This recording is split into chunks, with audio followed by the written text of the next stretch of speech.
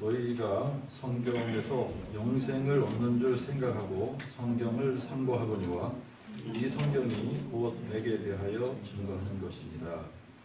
우리 한 번 더 읽을까요? 너희가 성경에서 영생을 얻는 줄 생각하고 성경을 상고하거니와 이 성경이 곧 내게 대하여 증거하는 것입니다.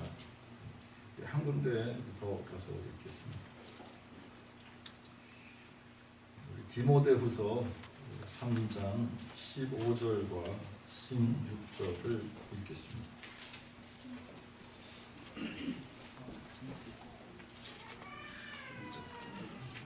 디모데후서 3장 15절 16절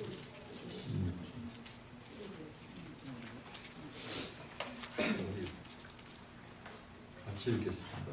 또 내가 어려서부터 성경을 알았느니 성경은 능히 너로 하여금 그리스도 예수 안에 있는 믿음으로 말미암아 구원에 이르는 지혜가 있게 하느니라. 모든 성경은 하나님의 감동으로 된 것으로 교훈과 책망과 바르게 함과 의로 교육하기에 유익하니.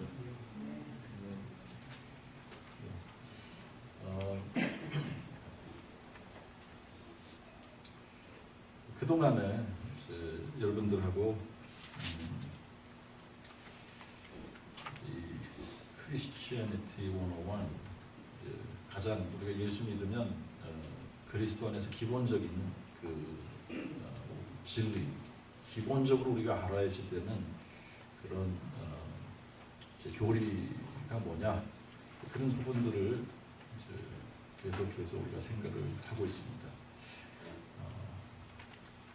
우리가 예수 그리스도 그러면은 그 예수 그리스도라고 하는 그 두 단어 안에 복음이 함축되어져 있다 그랬잖아요.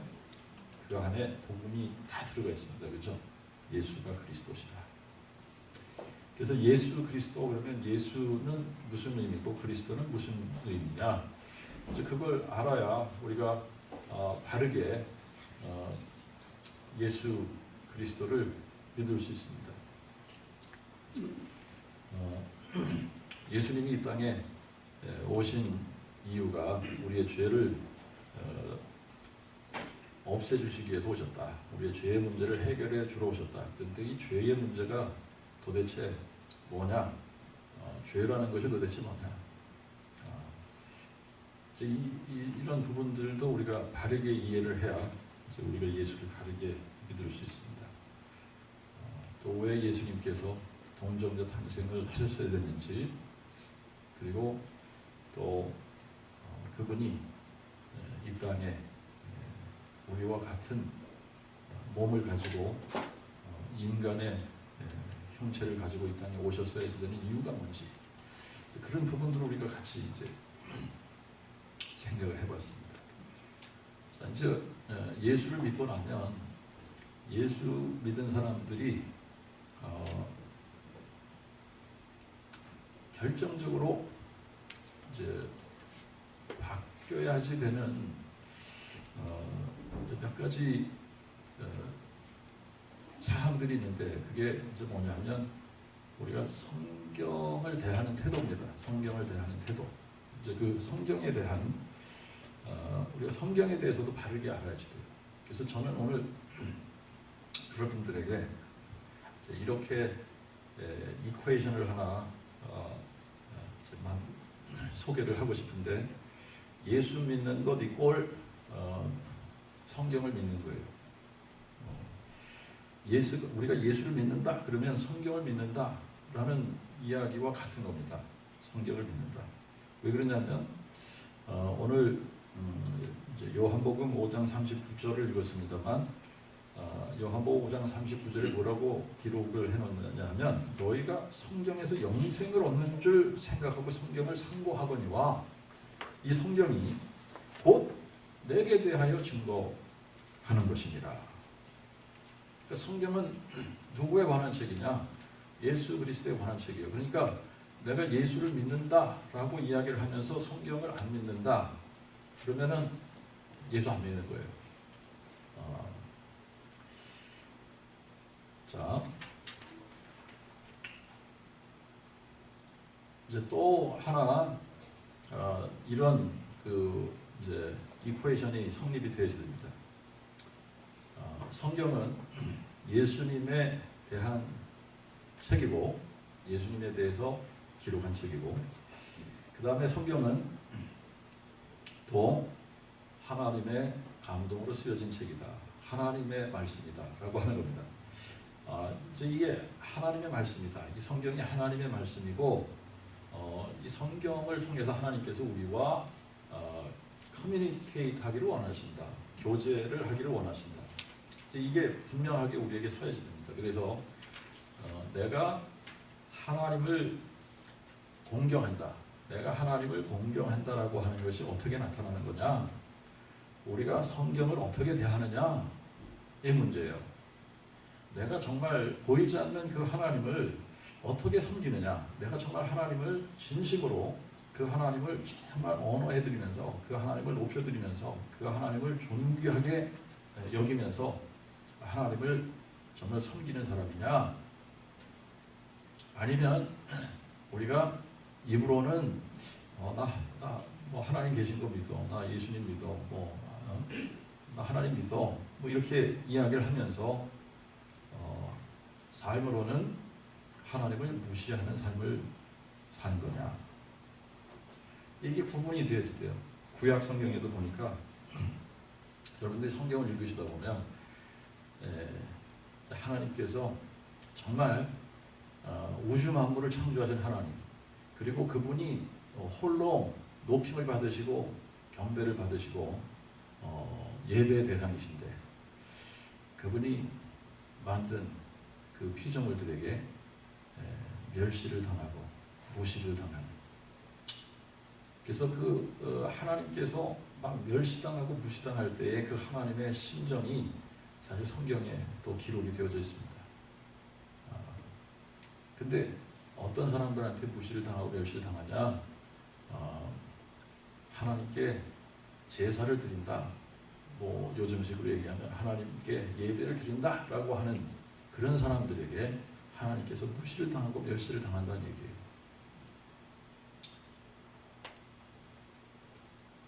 자, 이제 우리가 어떠한 일을 하던 기초가 튼튼해지야 됩니다. 그죠? 기초가 바르게 세워지지 않으면 뭐 건물도 무너지게 되어져 있고 우리 인생의 기초가 바르게 세워지지 않으면 인생도 무너지고 다 무너져요.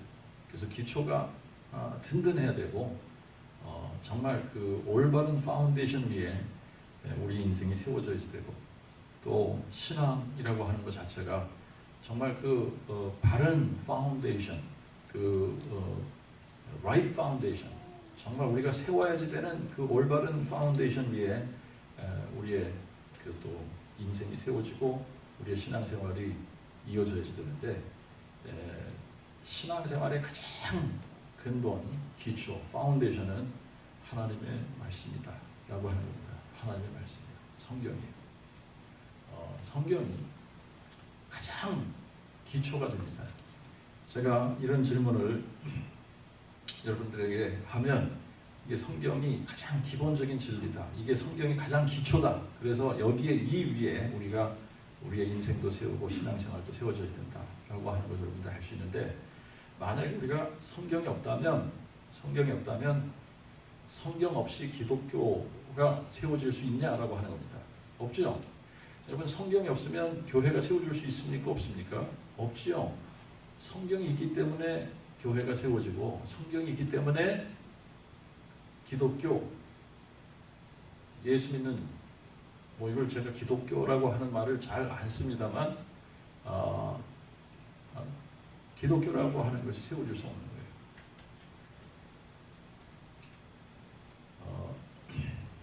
그래서 이제 이거 하나가 분명하게 있어야 됩니다. 뭐가 있어야 되느냐? 성경이 가장 중요한 이제 이 진리예요. 이 성경 위에 우리가 세워져야 돼요. 그래서 사단은 우리를 공격할 때, 사단이 우리를 공격할 때 무엇을 공격하는가를 알아야 돼요. 사단은 이제 이게 사단이 자기가 뭘 공격해야 되는지를 아는 겁니다. 그래서 사단은 성경을 공격하는 거예요. 성경을.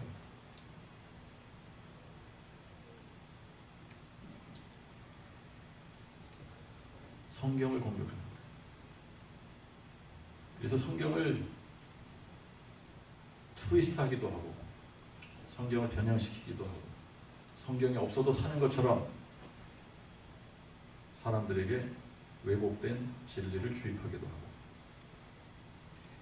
성경을 의심하게 만들고 성경을 무너뜨리면 교회가 무너지고 기독교 무너지고 다 무너진다고 하는 것을 하는 겁니다. 그러면 이제 하나님 편에서 끝까지 지키셔야 되는 것이 뭐냐? 성경입니다. 하나님의 말씀을 보존하고 지키셔야 돼요.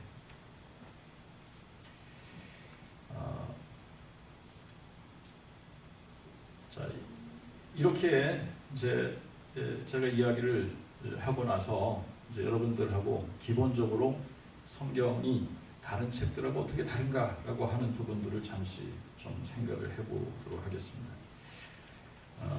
디모데후서 우리가 3장 15절과 16절을 읽었더니 거기에 뭐라고 기록이 되어져 있느냐면 내가 어려서부터 성경을 알았는데 이 성경에 우리를 구원하는 지혜가 있다라고 기록을 하고 있습니다. 그러면서 이제 이 16절에 뭐라고 이제 기록을 하느냐면 모든 성경이 이제 하나님의 감동으로 됐다. 하나님의 감동으로 됐다.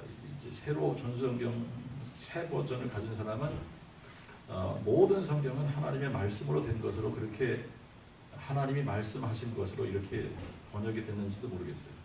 그런데 모든 성경은 하나님의 감동으로 된 것으로 그렇게 표현을 했습니다. 모든 성경은 하나님의 감동으로 된 것으로 그렇게 표현했어요. 자,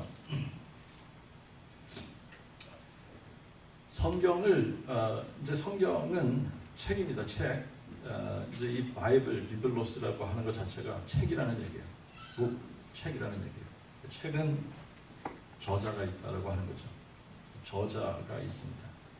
저자가 미상이든 저자가 알려졌던 누군가 쓴 사람이 있는 거예요. 저자가 있는 겁니다. 그런데 이제 이 성경은 어떻게 독특하냐면 이 성경은 한 사람에 의해서 기록이 된 것이 아니다라고 하는 겁니다. 이 성경은 40명이 넘는 사람들이 동원이 돼서 성경을 기록했어요. 그런데 이 성경을 기록한 사람들을 저자라고 부르지 않습니다. 성경의 기자라고 부릅니다. 성경을 쓴 사람, 성경의 이제 라이터라고 그러죠. 어떠라고 그렇지 그렇게 부르지 않아요. 저자는 이 성경의 울티밋 저자는 하나님이세요. 하나님이 저자입니다. 그러니까 하나님이 어떤 특정한 사람들을 택하셔서 그들을 그들에게 영감을 주셔서 하나님께서 쓰기 원하시는 그 말씀들을 쓰도록 하신 겁니다. 자, 그러니까 성경을 쓴 사람들은 그냥 인스트루먼트예요. 그냥 툴로 사용된 겁니다. 그 배후의 울티밋 저자는 하나님이시다라고 하는 겁니다. 자, 이 40여 명의 사람들이 몇 년에 걸쳐서 성경을 썼느냐? 1500년에 걸쳐서 성경을 썼어요. 제일 첫 번째 쓰여진 창세기가 3500년 전에 쓰여진 겁니다. 3500년 전에. 한 3400년? 3500년 전에 쓰여진 책이에요. 그리고 맨 마지막에 기록된 요한계시록이 언제 기록되어졌느냐? 한 90년 정도의 AD 90년 정도에 기록이 됐어요. 그러면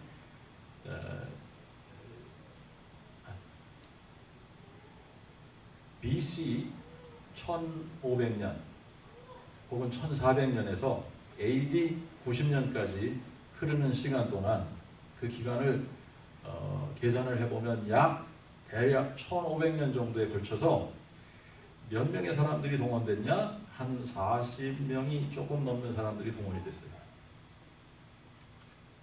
한 사람이 여러 개의 책을 쓰기도 했지만 어떤 사람은 짧은 책을 쓰고 어떤 사람은 긴 책을 쓰고 그래서 이제 66권의 책을 썼는데 그것을 이렇게 콜렉트를 한 겁니다.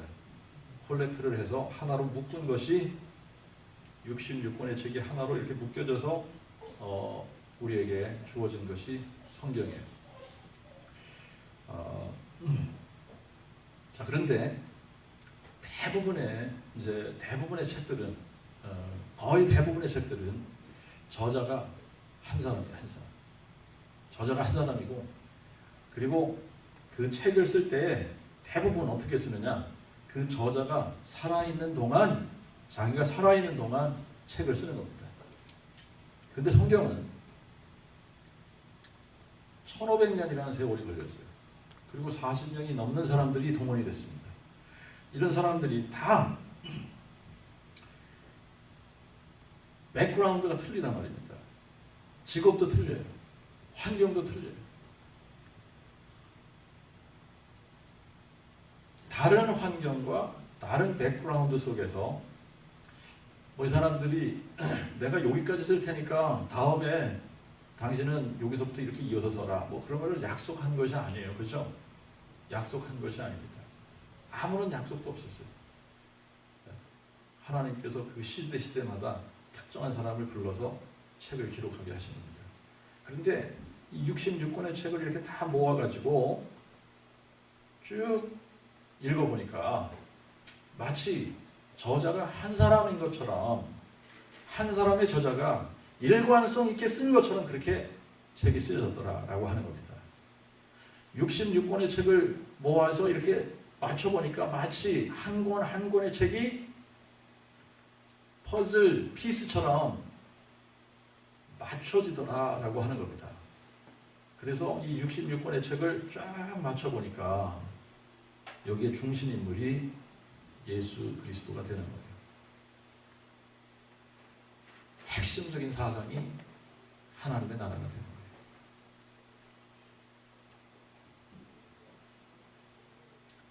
자,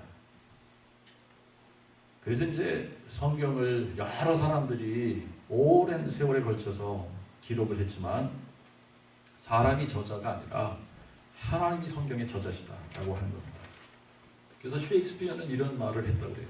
셰익스피어는 자기가 성경을 읽어보고 성경을 기록한 분이 하나님이 아니라면 성경을 기록한 성경의 저자가 하나님이 아니라 사람이 그것을 기록했다면 나는 그 사람을 하나님으로 섬기고 싶다. 그렇게 얘기했다는 거예요. 자, 이제 이 성경을 우리가 이야기할 때 이 성경이 이제 하나님의 감동으로 쓰여졌다 그러니까 우리가 성경을 이해할 때 이제 어디까지 감동이냐? 사람이 쓴 거는 없냐? 어떤 사람들은 성경은 하나님의 말씀을 그냥 포함하고 있는 거다 이렇게 이야기하는 사람들이 있어요. 근데 이제 우리가 디모데후서 3장 16절을 보면 하나님께서 어디까지 감동하셨냐? 모든 성경이라고 했습니다. 모든 성경은 창세기부터 계시록까지 모든 성경이 다 하나님의 감동으로 쓰여진 거예요.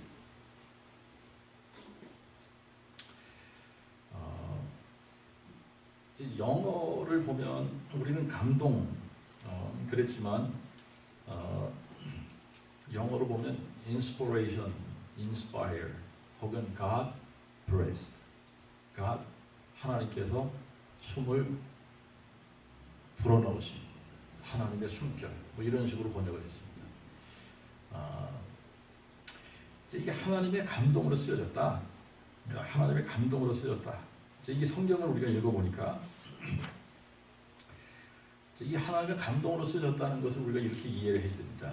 어떻게 이해를 해야 되냐면 성경에는 하나님의 직접적인 계시가 있었어요. 그러니까 하나님께서 직접 어떤 사람에게 성경에 기록해야지 되는 말씀을 넣어주시는 거죠. 기록해야지 되는 말을. 그것이 직접적인 계시죠. 그죠? 하나님께서 말씀하시는 거예요. 그러면 그것을 적는 겁니다. 자, 이제 그런 부분들이 이제 여러 군데 등장을 하는데, 여호와께서 말씀하시되, 하나님께서 말씀하시되, 예수께서 말씀하여 가라사대, 뭐 이런 식으로 이제 하나님이 직접 그 어떤 부분들을 직접 말씀하셔서 그것을 하나도 틀리지 않고 하나님께서 말씀하신 것을 그대로 기록하도록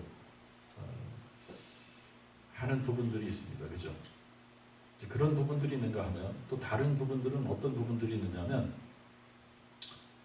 성경을 기록하는 사람들이 자기가 그 인터뷰도 하고, 자기가 또 이것저것 리서치도 하고, 그래서 자기의 어떤 축적된 자기의 지식과 이런 것들을 다 동원해서 그래서 이제 성경을 쓰는데, 그것을 기록을 하는데, 하나님께서 그 사람이 자기가 알고 있는 지식과 그 사람이 경험한 또 경험들과 또 그 사람의 성격과 기질과 그 사람의 백그라운드와 이런 모든 것을 동원해서 그 사람이 쓰는데, 일일이 하나님께서 요렇게 써라 저렇게 써라 이렇게 하시지 않아도 그냥 하나님께서 그 사람을 감동하셔서 하나님께서 원하시는 것을 쓰도록 하셨다는 거예요. 그렇게 보면 성경 전체가 어떤 부분은 하나님께서 직접 말씀하셔서 그냥 한 글자 한 글자 다 하나님이 원하시는 단어들을 사용해서 이렇게 쓰게 하시는 부분도 있지만, 또 어떤 부분은 그 성경을 기록하는 사람에게 자유를 주신 거죠. 그죠? 자유롭게 쓰되 하나님께서 원하시는 부분들을, 하나님께서 원하시는 글들을 쓰도록 하신 거예요. 그것이 감동이다. 하나님께서 그렇게 감동하신 거다라고 이해를 해야 됩니다. 예를 들면 마태, 마가, 누가, 요한 다 복음서를 기록했어요. 예수님의 바이오그래피를 기록을 한 겁니다. 그렇죠? 그런데 네 사람이 기록한 관점이 다 틀리다라고 하는 거예요.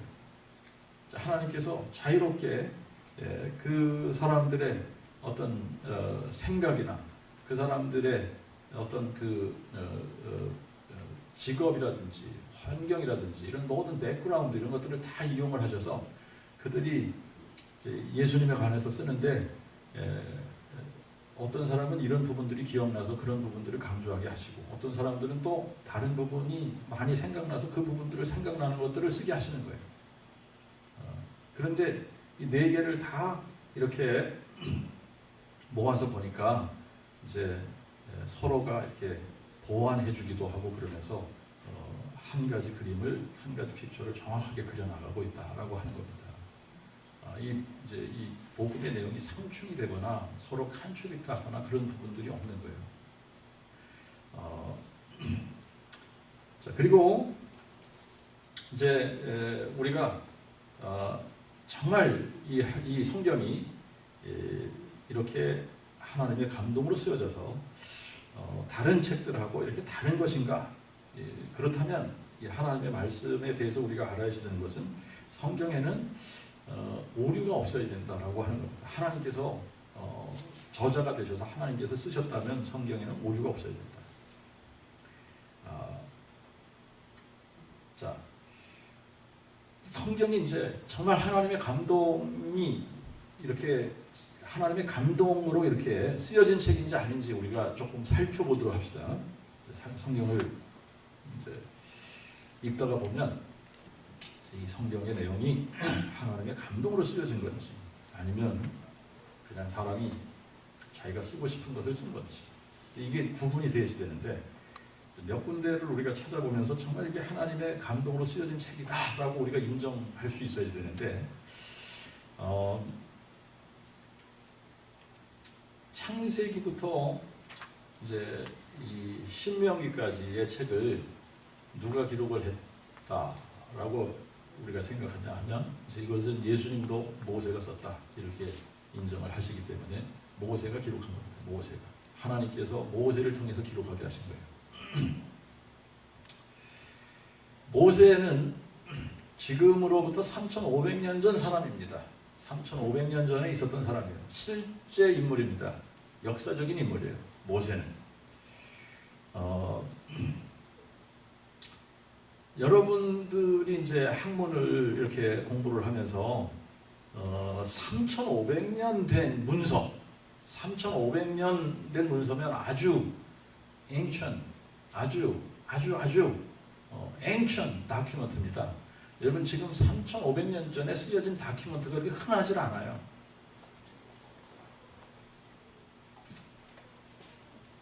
그런데 3,500년 전에 모세가 이 정도, 모세오경에 이 정도의 책을 썼다라고 하는 것이 지금 다 3,500년 전에 기록한 문서들 중에 이 정도로 훌륭한 다큐멘트가 없다는 거예요. 이건 학자들이 다 인정하는 겁니다.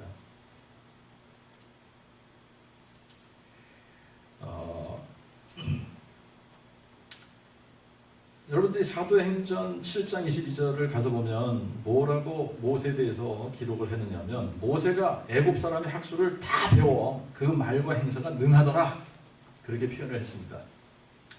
자, 모세가 애굽 사람의 학술을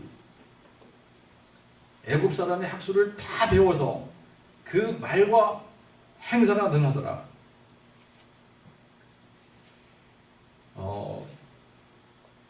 이제 모세의 백그라운드는 이래요. 모세의 백그라운드는 모세는 히브리인으로 태어납니다. 히브리인으로 태어나요. 히브리인으로 태어나는데 이 야곱 히브리인의 이렇게 조상으로 쭉 올라가면 이제 아브라함이 히브리인의 조상이다. 그런데 아브라함이 이삭을 낳습니다. 이삭이 또 야곱을 낳아요. 그죠? 야곱에게 12명의 아들이 있었습니다. 그 중에 셋째 아들이 레위입니다. 이 레위가 3명의 아들을 두는데 게르손, 고핫, 무라리라고 하는 3 아들을 두었어요. 그런데 고핫이라고 하는 이 아들이 4명의 아들을 둡니다. 그런데 그 중에 첫 번째 아들이 아므람이에요. 그런데 이 아므람이 2명의 아들을 두는데 그 2명의 아들이 아론과 모세입니다. 성경은 이렇게 정확하게 이 누가 누구를 낳고 이거를 기록을 하고 있어요. 왜 그러냐 하면 역사적으로 정확한 기록이기 때문에 그래요. 여러분 우리가 문서를 볼 때에 누가 누구를 낳고 누가 누구를 낳고 이것은 정확한 기록이기 때문에 기록하는 거예요. 자, 이 히브리인으로 태어난 레위의 자손으로 등장한 이 모세가 어떻게 애굽의 왕자가 되느냐라고 하는 것은 여러분 성경을 안 읽어도 DCG의 Prince of Egypt라고 하는 만화 영화를 보면 이제 어떻게 모세가 애굽의 왕자가 되었는지 거의 대부분의 사람들이 다 알고 있어요. 그죠? 네? 네. 자, 그런데 모세가 히브리인으로 태어나지만 바로의 딸 공주의 아들로 입양이 돼서 바로의 궁중에서 애굽의 왕자로 자라게 돼요. 그러면서 애굽의 모든 학술을 다 통달한 사람이 됩니다. 여러분 애굽의 학술을 다 통달한 이 사람이 자기가 책을 썼다라고 한다면 이 모세오경은 여러분 애굽의 학술적인 이야기들로 가득 차 있어야 돼요. 그렇게 생각하네? 자기가 배운 것을 써야지 되는 거잖아요. 자기가 알고 있는 것을 써야지 되는 겁니다. 책을 쓸 때 자기가 모르는 걸 쓰는 것이 아니잖아요. 근데 모세는 애굽의 학술에 능통한 사람이에요. 다 섭렵한 사람입니다. 그런데 그 당시에 그 당시에 애굽의 술사들은 이렇게 믿고 가르쳤어요. 지구는 어떤 알에서 나왔다. 지구가 어떤 알에서 나왔다는 거예요. 알을 깨고 지구가 탁 등장하는 겁니다. 근데 모세는 창세기 1장 1절에 보니까 태초에 하나님이 천지를 창조하십니다 라고 선포하고 있잖아요. 애굽의 술사들은 그 당시에 뭐 이거는 상당히 오랫동안 사람들이 그렇게 믿어왔던 겁니다만 지구가 중심이고 그래서 지구가 태양에 빛을 준다고 생각을 했어요. 근데 창세기 1장 2장을 보면 창세기 1장 보면 분명히 하나님께서 광명을 2개 만들어서 큰 것으로 낯을 주관하게 하고 작은 것으로 밤을 주관하게 했다. 그래서 해가 지구에 빛을 주도록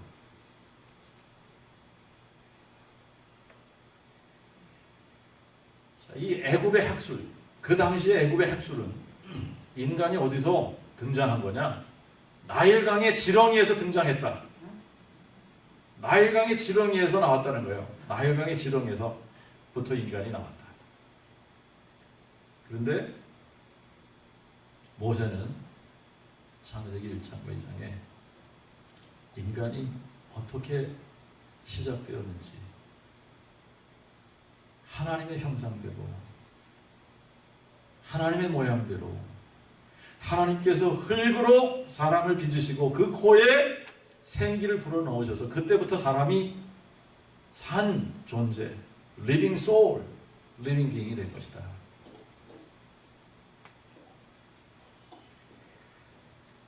여러분 지금은 이런 사상들을 가진 사람들이 없습니다만 옛날에는 이 힌두 사상은 지구가 거북이 위에 있다라고 생각을 했어요. 지구가 거북이 위에 있고 또 그 거북이는 또 어디 위에 있냐? 큰 코끼리 등 위에 거북이였습니다. 네. 여러분 우리가 철학이라고 하는 것 헬라에서부터 헬라의 철학들을 많이 이야기를 합니다. 그죠? 철학가들이 헬라에서 많이 나왔어요. 그리스에서 많이 나왔어요. 그런데 이 헬라 철학을 보면 지구가 giant atlas의 어깨 위에 여러분 어디야 조지아 텍에서 이렇게 나와서 그 앞에 그 길이 뭐냐 그 놀세베뉴인가 놀세베뉴를 딱 타고 이렇게 그 가스 스테이션 하나 있잖아요. 거기 뭐지 BP인가 그거를 타고 이렇게 딱 꺾으면 왼쪽에 아틀라스 위에 지구 본이 이렇게 있는 거 있잖아요. 그렇죠? 무슨 법률 사무소던데 헬라 사상이에요. 네?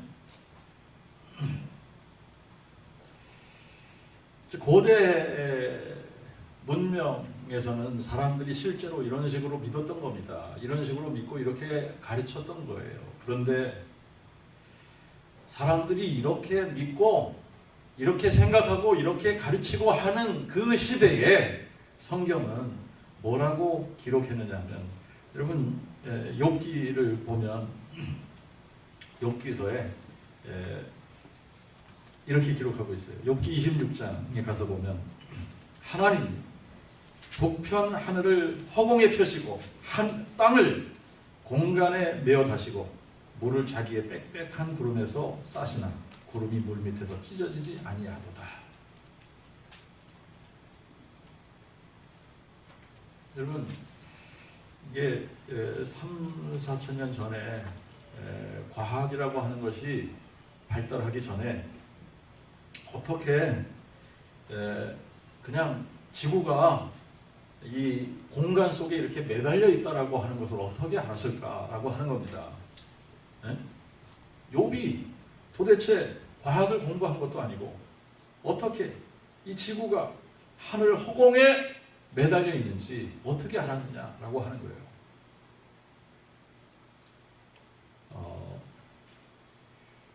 이 당시의 사람들은 이게 이해가 안 됐겠지만 욥은 어떻게 알았을까? 방법은 하나밖에 없습니다. 하나님께서 가르쳐 주신 거예요. 계시해 주신 거예요. 계시를 통해서 하는 거예요.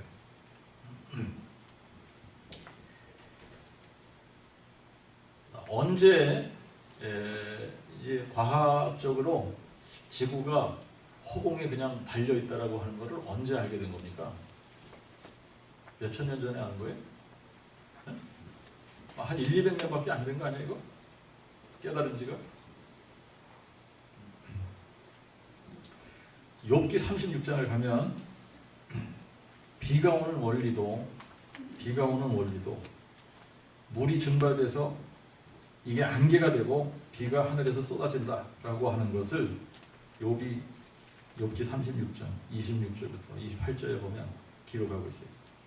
거기에 보면 그가 물방울을 작게 만드시나니 그것들이 안개가 되어 비를 내고 구름은 수증기를 물방울로 만들어서 사람 위에 많이 쏟느니라. 아니 어떻게 이런 사실들을 알았을까? 3,000년, 4,000년 전에 살았던 사람인데. 네? 자, 이것뿐만이 아니에요. 여러분 지구 표면 욥기 28장을 보면 지면은 식물을 내나 지하는 불로 뒤집는 것 같다. 전수성경에 보면 땅으로 말하면 그곳에 식물을 내나 그 속부분은 불로 뒤집는 것 같고, 여러분 정확한 거 아니에요? 땅의 지면에서는 우리가 식물을 길러서 먹지만 계속 속으로 들어가면 뭐가 있습니까? 땅 속으로 들어가면 땅 속이 뜨거워요, 안 뜨거워요? 예? 불로 끓고 있는 마그마가 있잖아요, 어디, 그렇죠? 어떻게 알았냐는 얘기예요. 여러분 최근에 이제 과학이 최첨단으로 발달을 하면서 이 matter, 이 물질 세계를 계속 연구하면서 뭐 망원경도 발달하고 뭐 현미경도 발달하고 그러면서 분자, 원자 이런 것들을 논하고 그러면서 이제 사람들이 어떻게 결론을 내리기 시작을 했느냐면 사람의 눈에 보이는 것들이 뭘로 만들어졌냐면 보이지 않는 것들로 만들어졌다. 그래요, 안 그래요? 그런데 성경에 그 기록이 있어요. 여러분 히브리서 11장 3절에 가서 보면 이렇게 성경이 기록하고 있습니다. 보이는 것들은 나타난 것들로 된 것이 아니니라. 영어로 제가 읽으면 이렇게 됩니다. What is seen was not made out of things which are visible. 그러니까 우리의 눈으로 보이는 것들은 보이지 않는 것들로 만들어진 거예요. 근데 이것을 히브리서를 기록한 사람은 2000년 전에 기록한 사람입니다. 이거를 최근에 과학자들이 과학이 발달하면서 눈에 보이는 것들이지만 사실 이렇게 들어가고 가장 기본적인 그런 빌딩 블록들은 사람 눈에 보이지 않는 것들이구나.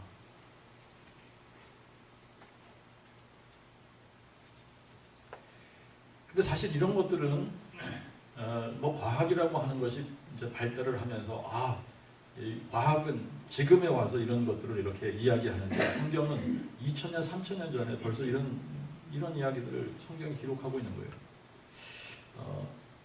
근데 사실 이거보다 더 중요한 것이 있습니다. 더 중요한 것이 뭐냐면 인생이 어디서 왔으며 인생이 어디로 가는지 사람들에게 아이디어가 없어요. 우리가 어디서 와서 어디로 가는지, 무엇을 위해서 살아야 되는지.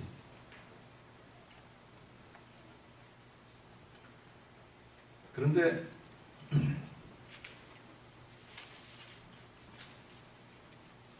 하나님의 말씀은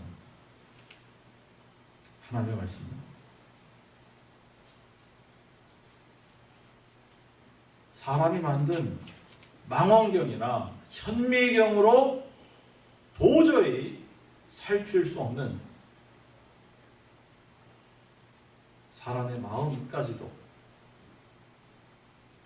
하나님께서는 하나님의 말씀으로 드러내시는 거예요. 밝히 드러내시는 거예요. 끄집어내시는 겁니다.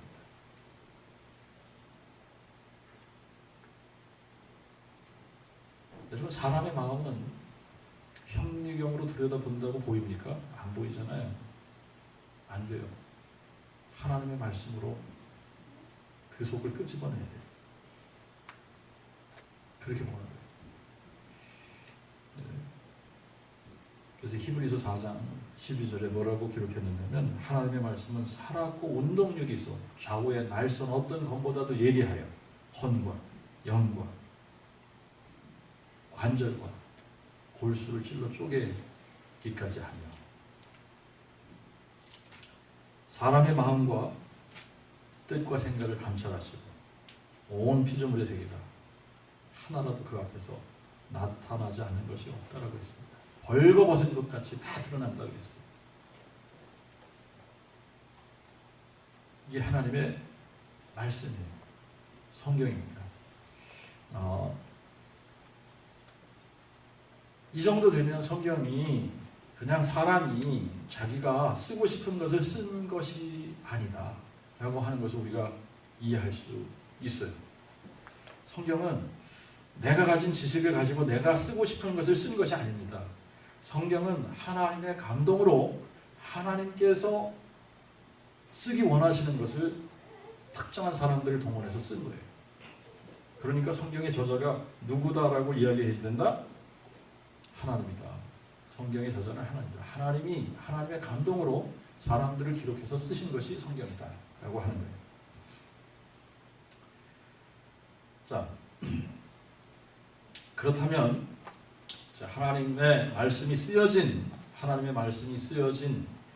그 배후에 하나님의 감동으로, 하나님의 영감으로 그렇게 성경이 기록되었다라고 한다면, 자, 이것을 깨달을 때도 마찬가지입니다. 이것을 깨달을 때도 여러분, 우리가 성경은 굉장히 이상한 책이에요. 자, 인간적으로 박사학위가 몇 개 있는 사람도, 이 세계에서 제일 유명하다는, 제일 좋다는 대학을 나와서 박사학위를 몇 개를 가진 사람도 하나님께서 그 사람을 조명해 주시지 않으면, 성령의 조명이 없다면, 자기가 자기의 생각을 가지고 성경을 읽으면 하나님의 말씀이 깨달아지지 않아요. 성경이 깨달아지지 않는 겁니다. 그래서 성경이 지루하고 재미없는 책이에요. 그런데 정말 이상한 거는, 여러분,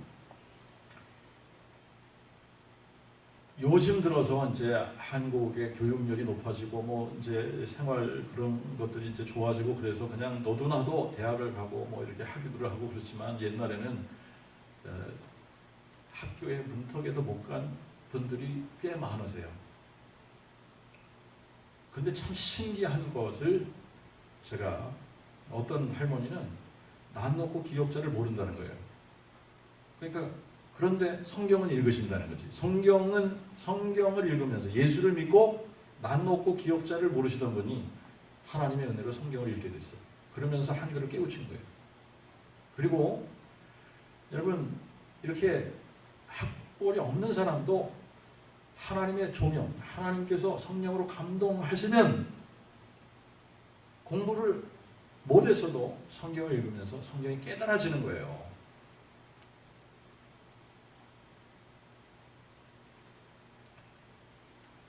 그래서 성경은 하나님의 감동으로 쓰여졌기 때문에 하나님의 감동이 있어야 깨달아진다라고 하는 겁니다. 바울이 에베소 교회를 향해서 기도할 때 그래서 이렇게 기도했어요. 영광의 아버지께서 지혜와 계시의 정신을 너희에게 주사. 여러분, 지혜와 계시의 영을 하나님께서 우리에게 주시지 않으면 성경은 깨달아지지 않습니다. 하나님의 감동이 있어야, 하나님의 감동으로 쓰여진 책은 깨달아지는 거예요.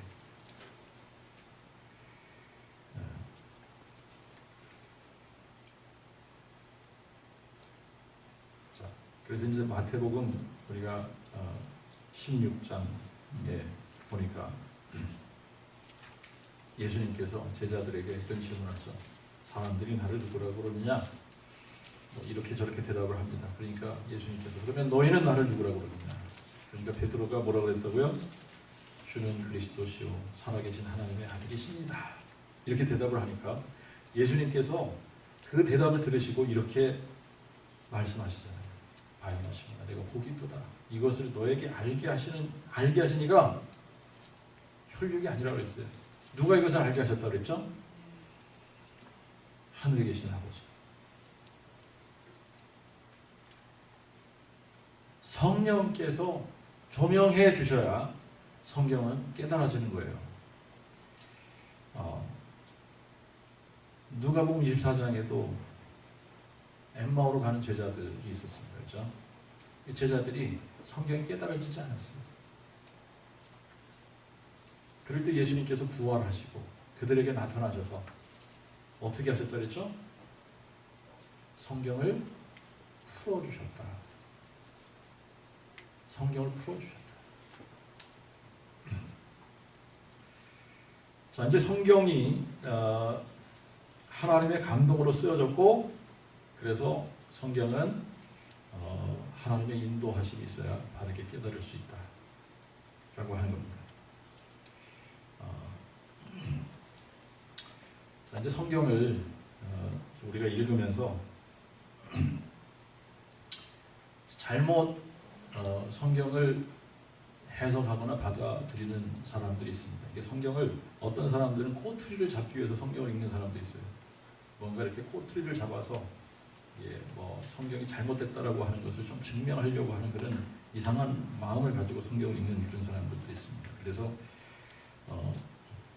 이게 사람들이 이거는 종교적인 어떤 그런 책들이고 과학적이지 않다. 뭐 이런 사람들도 많이 있습니다만, 여러분 성경을 읽으면서 우리가 이해해야 되는 것이, 성경은 제가 아까 뭐 욥기나 이런 부분에서 뭐 3000년 전에 전혀 엉뚱한 생각들을 가지고 살아갈 때 얼마나 과학적인 그런 표현들이 성경에 기록되어졌나라고 하는 것을 여러분들하고 생각을 해봤지만, 성경에는 그 과학적인 그런 표현들도 있습니다만 성경은 꼭 과학적인 것이다 이게 아니에요. 성경은 하나님이 과학을 초월하신 분이기 때문에 성경은 초과학적인 것들로 가득 차 있어요.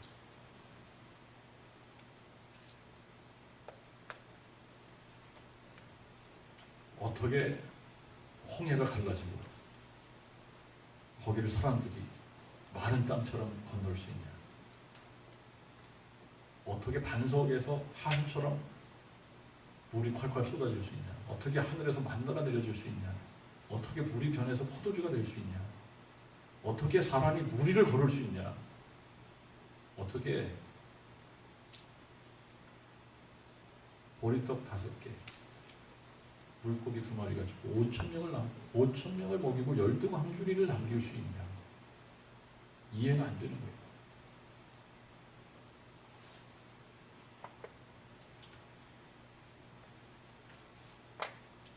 이게 과학으로 해결이 안 되는 것들이 많이 있습니다. 그래서 이제 이 과학으로 해결이 안 되는 것들을 사람들은 뭘로 해결하려고 그러냐면 철학으로 해결하려고 그래요.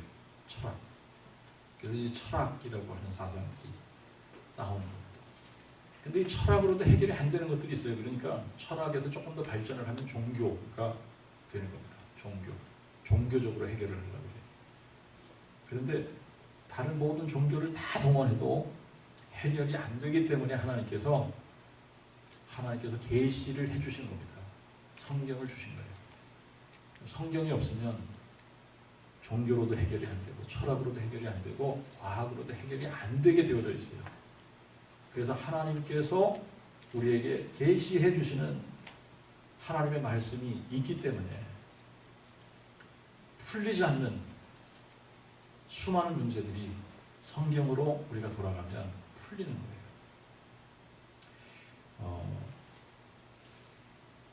자, 이제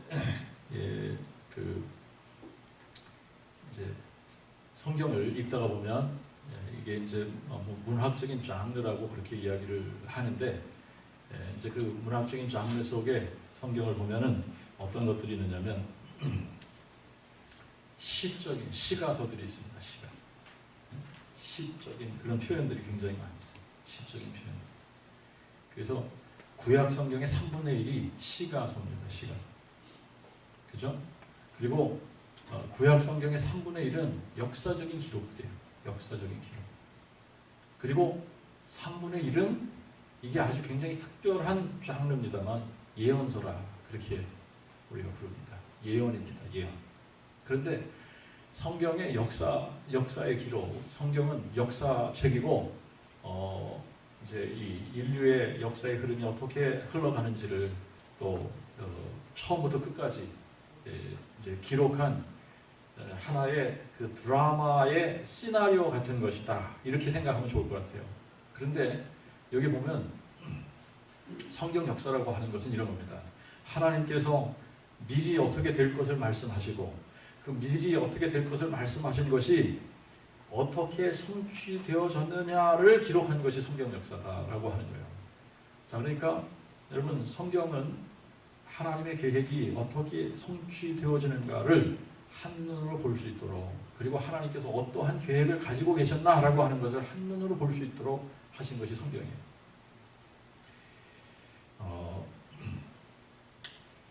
이제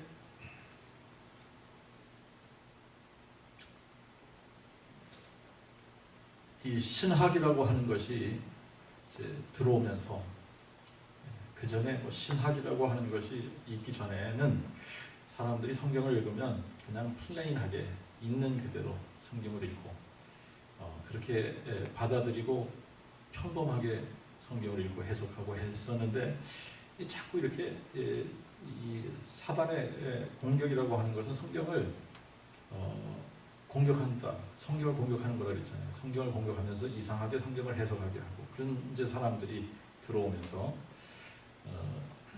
이상하게 성경을 해석을 하면 사람들이 또 그런 거를 좋아하는 사람들이 있어요. 성경을 이상하게 해석하면 이제 그런 것들을 알레고리컬하게 해석을 한다. 영해한다. 아주 평범한 말씀을 갖다가 굉장히 영적으로 그거를 풀어가는 것처럼 이상하게 해석을 하는 겁니다. 예를 들면 다윗이 골리앗을 때려눕힐 때 그냥 돌멩이 가지고 때려눕혔습니다. 그죠? 근데 그 돌이 무슨 돌이냐? 이거는 믿음의 돌이다. 뭐 이러면서 이상하게 해석을 하는 겁니다. 그러면 사람들이 그런 얘기를 들으면서 어우, 야, 신령하네.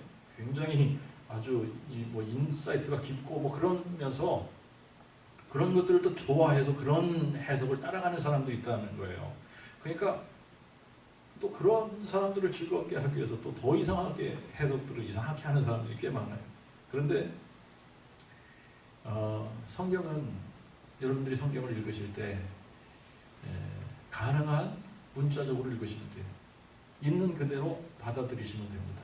그런데 이것을 여러분들이 중요하게 생각해 주세요. 성경을 읽으면서 내가 성경을 읽으면서 어떻게 해석을 해야 될까? 성경을 읽을 때 가장 중요한 것이 문맥입니다. 이거는 성경뿐만이 아니에요. 다른 모든 글도 마찬가지입니다. 사람들하고 대화를 할 때에도 말 하나만 가지고 꼬투리를 잡기 시작을 하면 감당이 안 돼요. 문맥에서 어떤 의도로 그 말을 했는지를 알아차려야지 돼요. 그래서 가장 중요한 게 문맥이에요. 그죠? 그 흐름 속에서 어떤 의미로 그 이야기를 하셨느냐.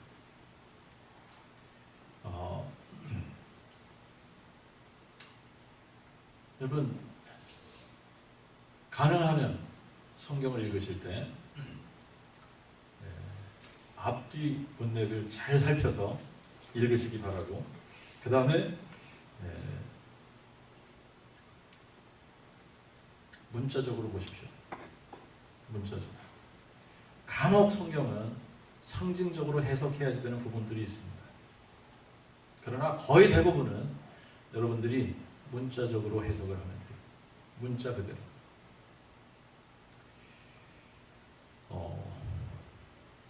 성경을 어떤 사람들이 또 있느냐면 요즘은 과학으로 성경을 풀으려고 하는 사람도 있어요. 과학이라는 잣대를 가지고 성경을 가늠하려고 하는 거죠. 이게 굉장히 위험한 겁니다. 그죠? 과학. 과학으로 성경을 이렇게 읽다가 보니까 이해 안 되는 부분들이 너무나 많은 거예요. 그러니까 이게 뭐 이런 책이 다 있냐? 이거는 그냥 사람을 브레인워시하기 위한 이게 종교적인 어떤 그런 책이지 이건 과학적이지 않다.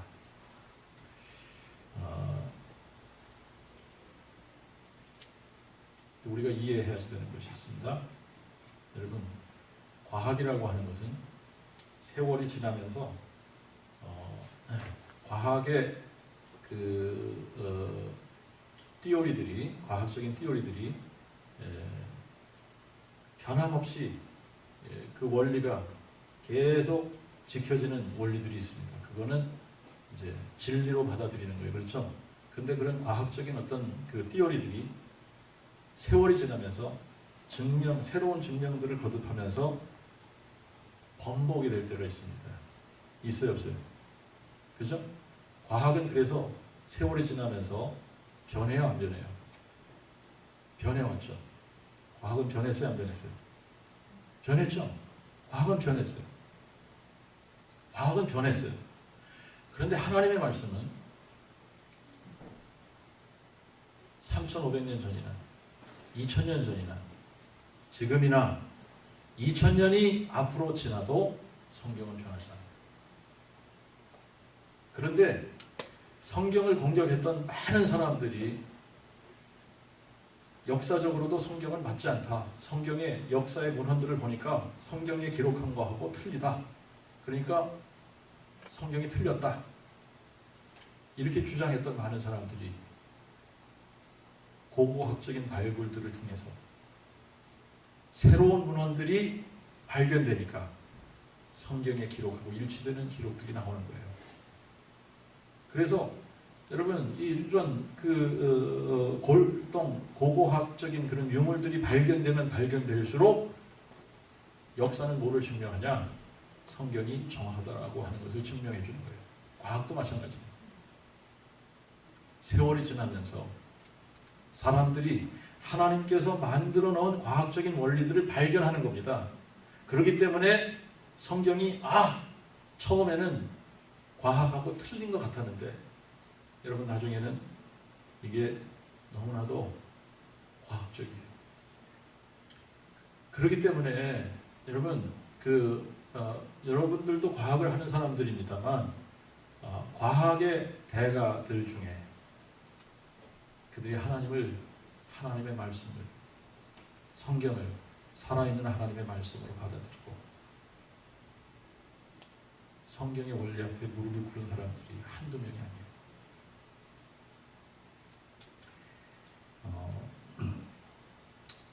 이제 한두 개 가지고 굉장히 그 꼬투리 잡는 사람들도 여러분들이 만날 수 있어요. 성경에 뭐 이렇게 표현 자체가 뭐 왜 이러냐 그러면서 제가 어떤 사람에게 복음을 전하다 보니까 성경의 표현이 과학적이지 않다. 뭐 그러면서 이제 따지는 사람들도 있었는데 여러분 과학자들도 우리가 성경의 그 표현들이 일상 용어를 사용했다라고 하는 거 이해하셔야 돼요. 그래서 여러분 우리가 이제 그 지구가 둥그렇다라고 하는 거 언제 깨달았냐? 뭐 콜럼버스가 한 바퀴 이렇게 돌면 지구가 평평한 게 아니라 둥그런 거다. 그 증명했다는 거 아닙니까, 그죠? 몇백 년 안 돼, 그죠? 그리고 여러분 예전에는 지구가 중심에 있다고 생각했잖아요, 그죠? 지구를 중심으로 다른 것들이 돈다고 생각을 했는데 나중에 알고 보니까 지구가 도는 거야. 지구가 돌잖아요, 그죠? 지구가 스스로 자전하고 공전하고 그러면서 태양 주변을 도는 거예요. 태양의 궤도를 도는 거예요.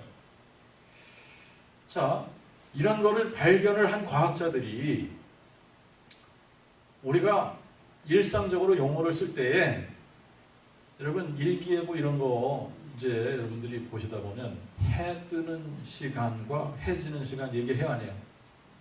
그죠? 근데 그게 과학적으로 맞는 용어예요? 틀린 용어예요?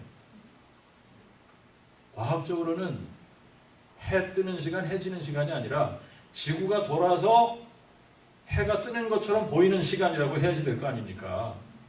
근데 우리는 우리가 눈으로 관찰하면서 보여지는 현상을 그냥 쉽게 그렇게 표현하는 거잖아요. 과학자들도 해 뜨는 시간, 해 지는 시간 이러잖아, 그죠? 그러니까 이제 성경도 그런 거예요. 또 우리가 쉽게 뭐 우리 이발해야지 될 사람들 한두 명 있는데 매번 뭐 이발하러 간다 뭐 그러지 않잖아요. 머리 깎는다 그러는데 머리 진짜 깎아버리면 큰일 나지 않아요?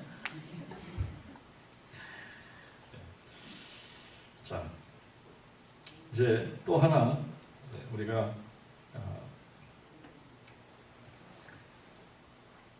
성경을 하나님의 말씀으로 받아들이면서 중요하게 생각해야 되는 부분이 있습니다. 이 성경은 이런 사람들이 많아요. 이게 성경의 원리가 시대에 맞지 않는다라고 하는 거.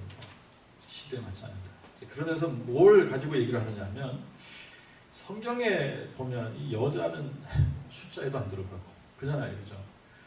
여자는 사랑 취급도 안 하는 것 같이 성경이 이렇게 기록이 되어져 있는데 요즘 시대가 어떤 시대인데 요즘 여자들이 대통령하고 여자들이 CEO하고 그러는 세상인데 왜 성경이 이렇게 쾌쾌먹은 이런 성경의 이런 원리를 지금 우리한테 믿으라 그러냐?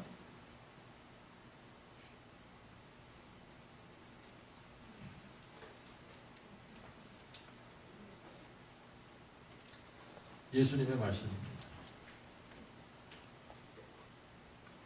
천지는 없어지겠으나 내 말은 없어지지 아니하리라. 여러분 세상은 어떻게 변하든 세상의 문화는 어떻게 요동을 치든 상관이 없습니다. 하나님의 말씀과 그 말씀 속에 있는 창조 원리는 변하지 않아요.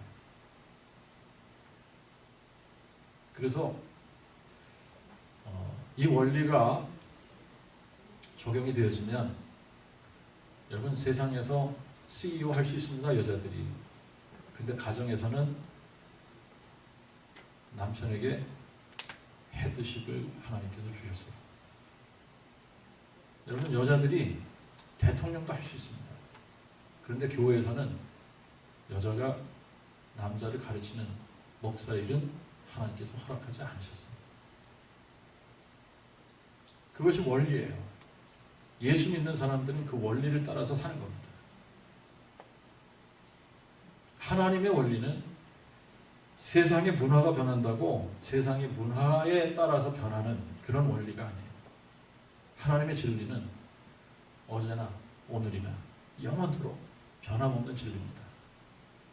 여러분들이 아주 그냥 확신할 수 있는 거 하나, 3,500년이 지나면서도 성경의 내용은 변하지 않았어요. 3,500년이 지나면서 성경의 내용은 변하지 않았다. 앞으로 1,000년, 2,000년, 3,000년이 흐른다 그래도 성경의 내용은 변하지 않을 겁니다. 그리고 더 중요한 것, 우리가 깨달아야 돼요. 중요한 것은 어느 시대를 막론하고 성경은 그 시대마다 인간에게 가장 필요한 책입니다. 어느 시대를 막론하고 사람들에게 가장 필요한 책이 있다고 한다면 성경입니다.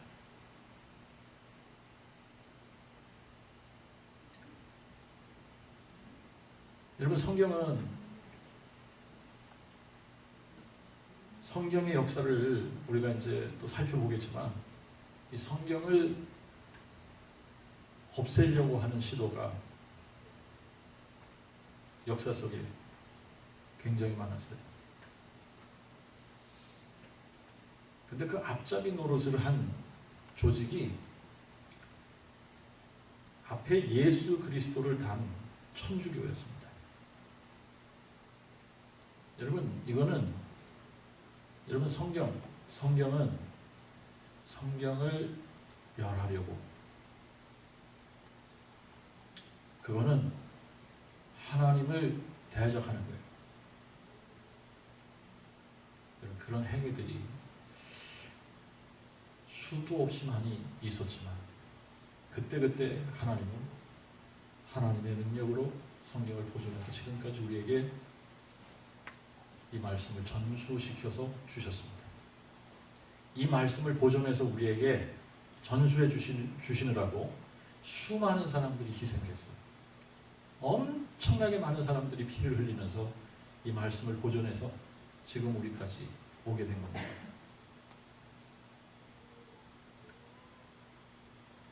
그러면서 해를 거듭하고 해를 거듭할수록 성경을 없애려고 했던 그 시도와는 달리, 여러분, 성경은 인류 역사 가운데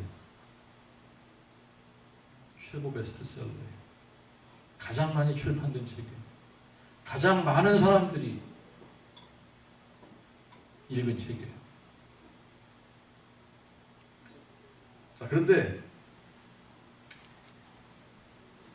문제가 있습니다. 성경책은 너무나 많아요. 출판된 성경책은 너무나도 많고, 여러분, 교회를 다니든 안 다니든, 교회를 안 다니는 친구들도, 예수를 안 믿는 친구들도 집에 성경책은 하나쯤 있을 정도로 그렇게 성경책이 많습니다. 그런데 이게 이제 마지막 때를 향해서 가는 사인 중에 하나예요. 사인 중에 하나입니다. 성경은 많은데 성경을 믿는 사람들이 적다라고 하는 겁니다. 성경은 집집마다 많은데 성경을 읽는 사람들이 많이 없다라고 하는 거예요.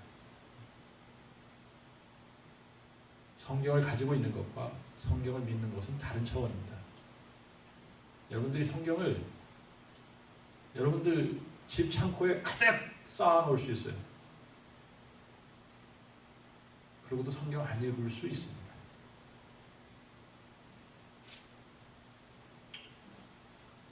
여러분들 집이 성경을 인쇄하는 인쇄소라고 해요. 엄청나게 많은 성경을 인쇄해서 쌓아놨다고 그래요. 그거하고 성경 읽는 거하고는 별다른 문제예요. 근데 지금 문제가 뭐냐면 너무나 많은 사람들이 성경을 무시하고 있다라고 하는 겁니다. 하나님의 말씀이 무시당하고 있다라고 하는 거예요. 말씀이 무시당하고 있는 시대. 누구에게 무시당하느냐? 여러분, 그냥 교회 바깥에 있는 사람들은 그냥 당연하게 모르니까 당연하다고 생각해요. 그 사람들이 성경 안 읽는 건 당연한데, 누구에게 무시를 당하느냐? 교회 안에 있는 사람들에게 하나님의 말씀이 무시당하고 있다. 교회가 하나님의 말씀을 바르게 가르치지 않고 있다라고 하는 겁니다. 교회가 성경의 중요성을 강조하지 않아요. 여러분, 이거는 굉장히 심각한 문제예요. 성경을 강조하는 거는요, 아무리 강조해도 부족합니다.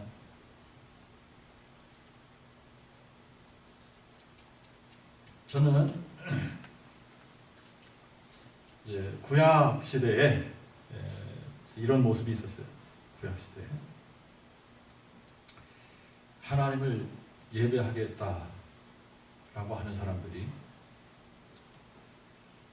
성전을 찾아옵니다. 성전을 찾아오는데, 성전을 찾아오지만 하나님을 예배할 마음이 없어요. 입으로는 하나님을 부르는데 그들의 삶과 그들의 생각은 하나님으로부터 멀었어요. 그런 사람들을 향해서 하나님께서 뭐라고 그러냐면, 내가 멸시를 당하고 있다라고 하는 겁니다. 내가 멸시를 당한다. 하나님께서 하나님을 예배한다고 하는 사람들에게 멸시를 당한다는 거예요.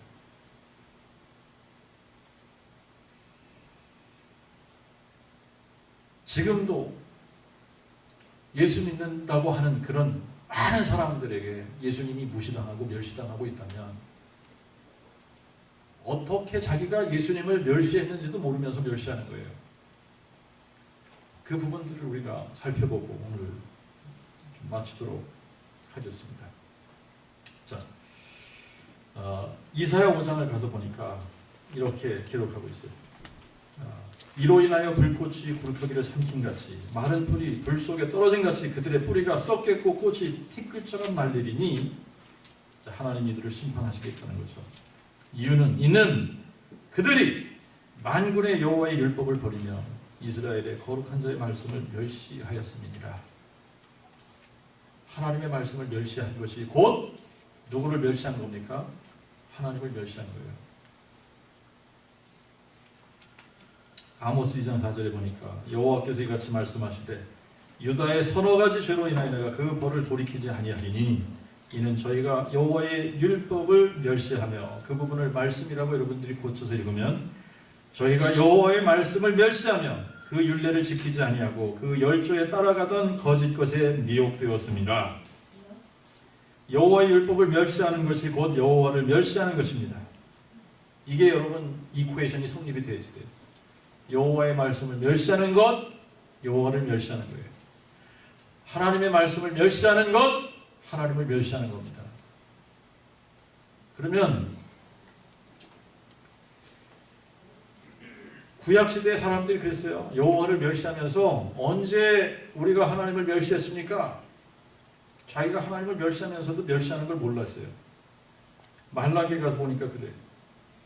자기들이 하나님을 멸시했는데 멸시하는 걸 몰라요. 너희가 나를 멸시하였도다.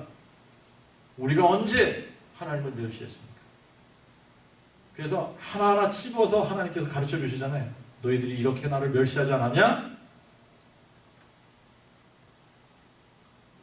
자, 말라기 부분을 읽어드리겠습니다. 말라기 1장 6절부터 나 만군의 여호와가 너에게 이르노 아들은 그 아버지를, 종은 그 주인을 공경하나니 내가 아버지일진데 나를 공경함이 어디 있느냐? 내가 주인일진데 나를 두려워함이 어디 있느냐? 내 이름을 멸시하는 제사장들아, 너희는 대답하기를 우리가 어떻게 주의 이름을 멸시하였나이까?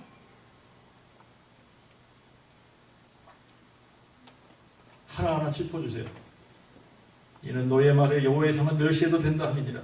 너희가 눈먼 희생으로 드리는 것이 어찌 악하지 아니하며 저는 것 병된 것으로 드리는 것이 어찌 악하지 아니하느냐? 이제 그것을 너희 총독에게 드려보라.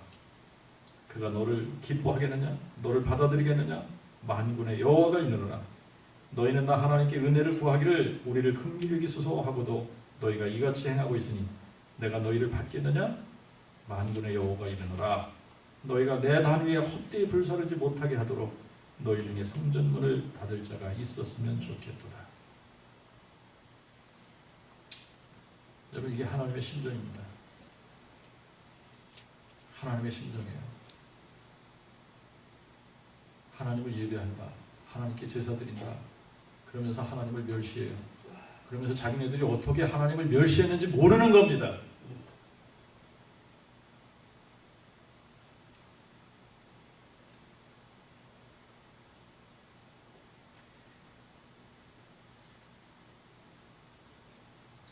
이사야 1장에 가서 이렇게 기록하고 있어요.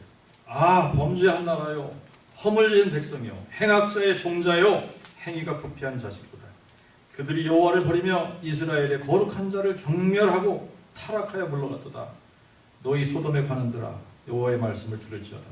너희 고모라의 백성아, 우리 하나님의 법에 귀를 기울일지어다. 여호와께서 말씀하시되 너희의 무수한 재물이 내게 무엇이 유익하냐? 나는 수양의 태움제와 살찐 짐승의 기름에 배불렀고 나는 수송아지나 어린 양이나 수염소의 피를 기뻐하지 아니하노라. 너희가 내 앞에 보이러 오니 누가 그것을 너희에게 요구하였느냐? 내 마당만 밟을 뿐이라. 헛된 예물을 다시 가져오지 말라. 분양은 나의 가증히 여기는 바요, 세 달과 안식일과 대로 모이는 것도 그러하니 성회와 아울러 악을 행하는 것을 내가 견디지 못하겠노라. 여러분, 지금도 너무나 많은 사람들이 이런 식으로 하나님을 예배한다 그러면서 하나님을 무시하고 멸시하는 삶을 사는 사람들이 너무나 많아요.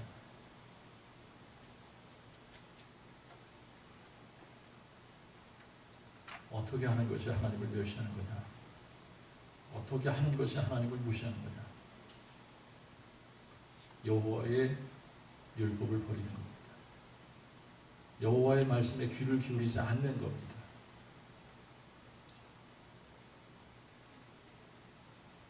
쉽게 풀이하면 성경을 무시하는 거예요.